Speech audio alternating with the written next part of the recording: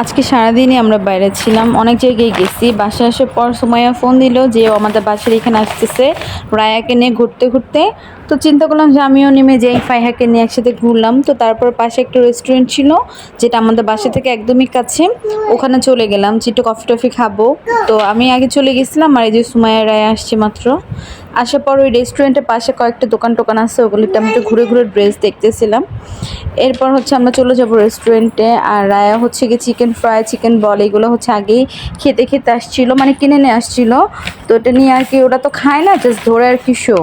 আর ফাইহাকে নিয়ে আমি হচ্ছে গিয়ে মানে কি বলবো, পাগলের মতো লাগতেছে ওকে দেখতে। মানে ওর এই জামাটা আমার ব্যাগে ছিল, এটার অনেক পছন্দ। ওই রেস্টুরেন্টের মধ্যে ওর এই জামাটা আমার পরাই দিতে হয়েছে ব্যাগ থেকে বের করে। তারপর আমরা ওখানে অর্ডার করে ফেলি হচ্ছে Naga wings, chicken Naga wings order করে ফেলি। আর তার কিছুক্ষণ আগে আমি বাসা থেকে খেয়ে আসছিলাম, মানে এই রেস্টুরেন্টটা থেকে আমরা একটা পিৎজা নিয়ে আমি ডুবো আমরা খাচ্ছিলাম। তো সুমাইয়ের ফোন পেয়ে আমরা আবার বের হয়ে গেছি, মানে আমি আর ফাইহাই বের হয়েছি। তারপর হচ্ছে রাসেল ভাই চলে আসছিলো, রাসেল ভাই অফিস থেকে এসে আমাদের সাথে অ্যাটেন্ড করে।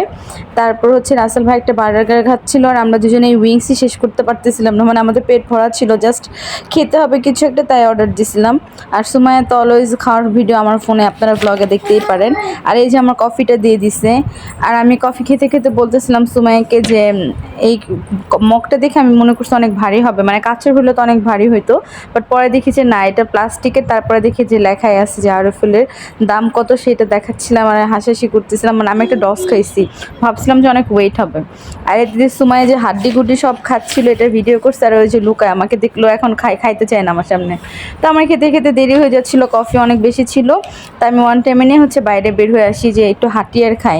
তারপরে যে রাসেল ভাইয়ের সাথে আমরা একটু গল্প টল্প করতেছিলাম, সুমাইয়া আমার ভিডিও করে দিচ্ছিল। এরপর কি এখান থেকে আমরা যার যার বাসায় শেষে চলে যাব, আর কোনো মানে এরপর আর আমরা কিছু করি না। এটাই ছিল আমাদের ছোট্ট একটি ব্লগ। আল্লাহ হাফেজ।